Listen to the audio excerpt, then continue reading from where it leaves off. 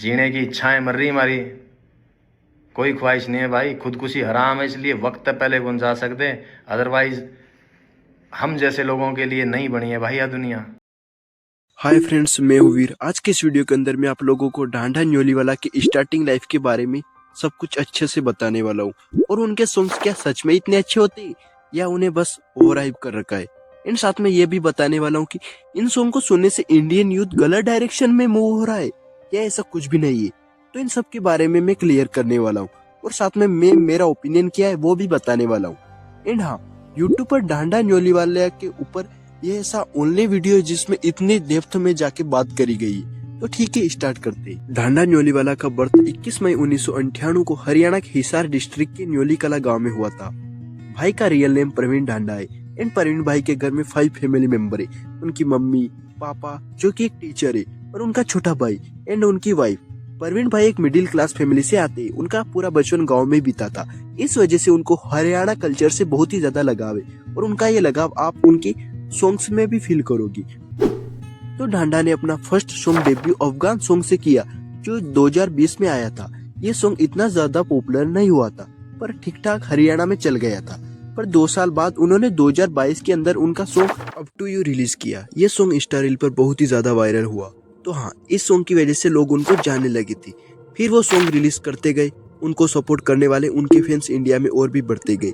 Song की वजह से वो बहुत ज्यादा कंट्रोवर्सी में भी आते रहते, क्योंकि यार वो अपना सॉन्ग के लिरिक्स ही इस टाइप के रखते, उन्हें किसी बात का कोई फियर ही नहीं है। आप लोग ही सोचो, कोई भी आर्टिस्ट होता है तो वो क्या सोचता है, मुझे सब कुछ बैलेंस करके चलना है कि मेरी वजह से किसी को बुरा ना लग जाए। पर ढांढा न्योलीवाला ऐसा बिल्कुल भी नहीं सोचते। काफी अब मैं आपको ये बताने वाला हूँ कि ढांढा न्योलीवाला के ऊपर मेरा क्या ओपिनियन है। प्रवीण भाई के सॉन्ग क्या सच में इतने अच्छे होते हैं, और क्या इन गानों का इंडियन यूथ पर नेगेटिव इम्पैक्ट पड़ रहा है या नहीं पड़ रहा है। तो फर्स्ट पॉइंट है, ढांढा के सॉन्ग कैसे होते हैं। इस लाइन का अगर मैं एक वर्ड में आंसर करूं तो वो है गुड।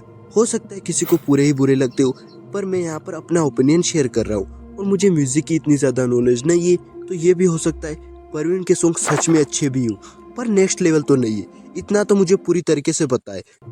ढांढा के सॉन्ग को पसंद करने वाले एक ग्रुप ऑफ टाइप ऑडियंस है। सब लोग ही उन्हें पसंद नहीं करते, और जितने भी लोग ढांढा न्योलीवाला के सॉन्ग को पसंद करते, वो इतने ही लोग इतना ही बना देते हैं इंस्टा वगैरह पर कि जो सॉन्ग नहीं सुनते उनको लगता है कि सच में कुछ अच्छा होगा तभी इतने हाई बन रही है। तो जो नहीं सुनते वो भी फोर्सफुली पसंद करने की ट्राई करते।